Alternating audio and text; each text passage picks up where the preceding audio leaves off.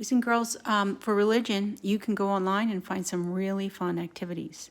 So it's Sadlier Religion, sadlier.com. All right, and then you're going to click on the website and you're going to go to Sadlier Connect, log in.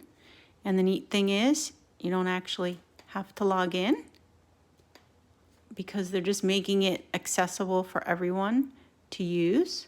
All right, so you just click on there and it's going to take you to a page that has a lot of different options. Okay. It has the lives of the saints, so you can learn about different saints. And it has liturgy of the week. Okay.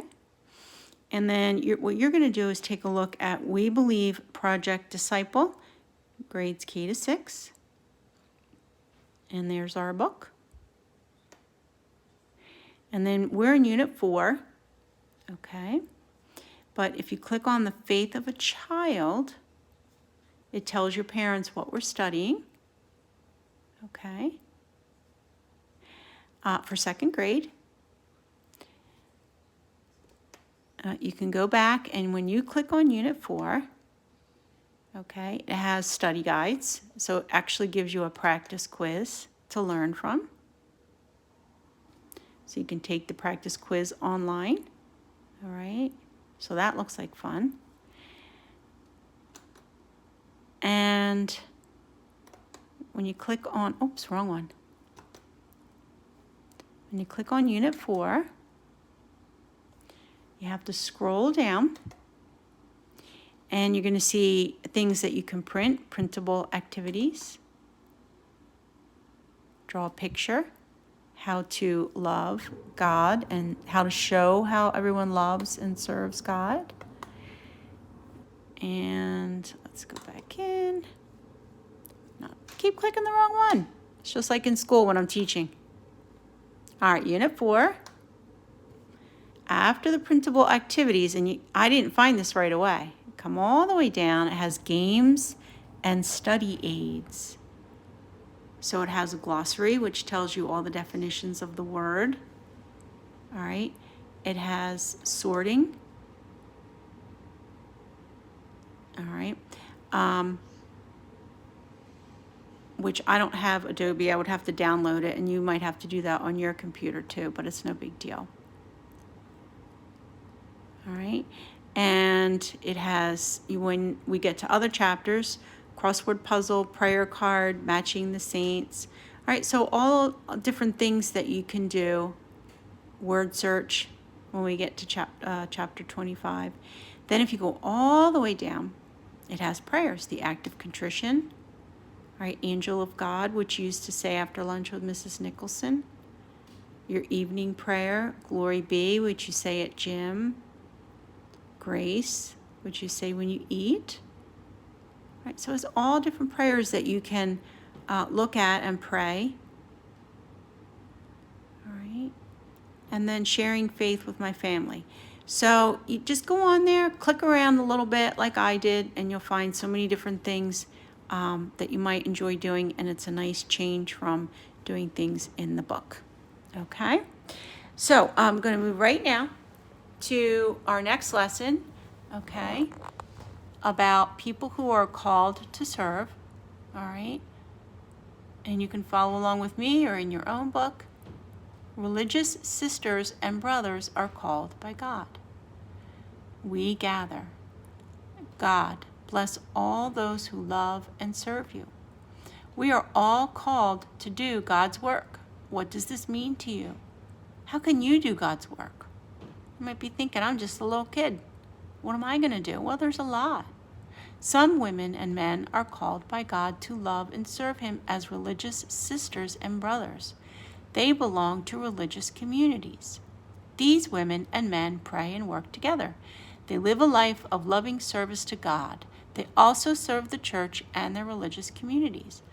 Now, boys and girls, we don't have that many nuns anymore like we used to. When my parents were growing up, all their teachers were nuns.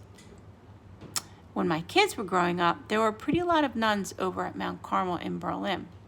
And one of the nuns, Sister Teresa, they just loved.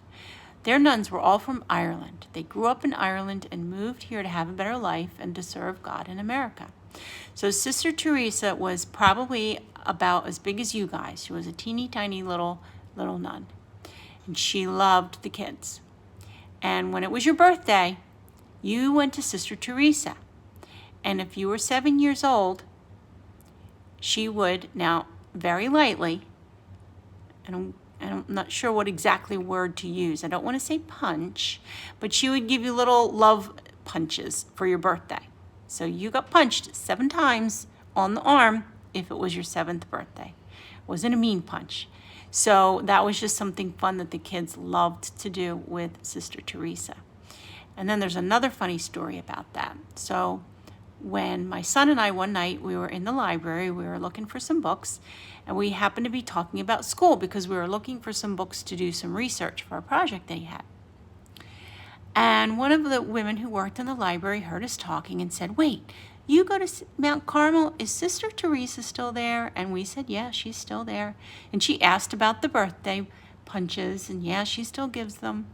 She said, "When my dad was growing up, he has Sister Teresa as a teacher. And in my dad's day, if you got in trouble, Sister Teresa would hit you on the knuckles with her ruler.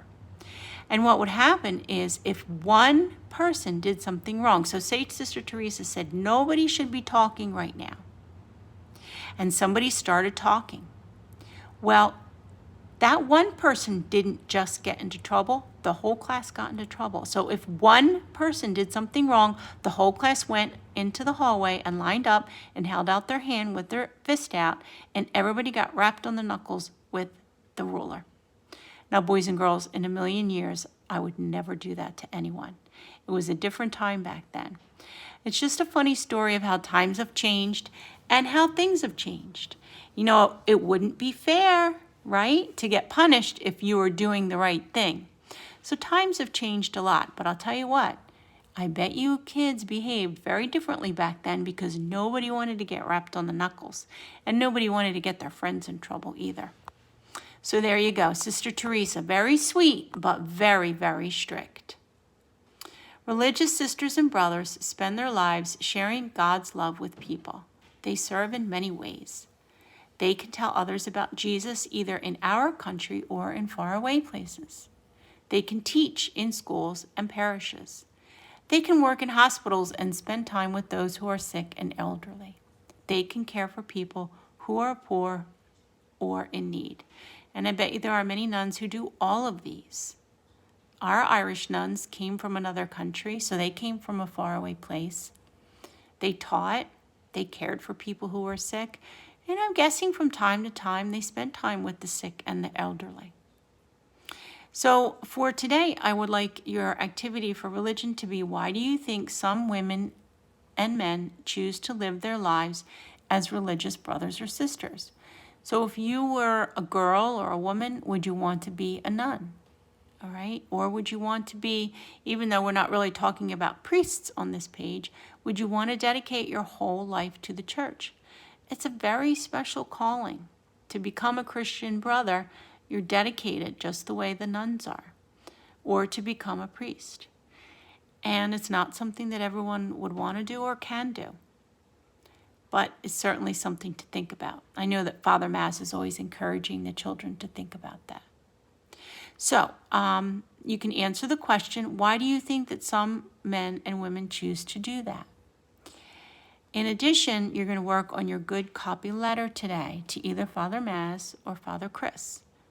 And that's going to count also as a writing grade. So there's no grammar or writing assignment because this is it. So it might feel like you're doing 2 assignments for religion, but actually, even though they're both for religion, one is also counting as a writing assignment. All right, boys and girls, remember what we learned about letter writing. Don't forget to indent. Okay, so I hope you enjoyed my little story, and don't worry, I would never use a ruler to rap anyone on the knuckles or anywhere else, and I wouldn't give you birthday punches either. But Sister Teresa did, and the kids loved her. All right, boys and girls, have a great day.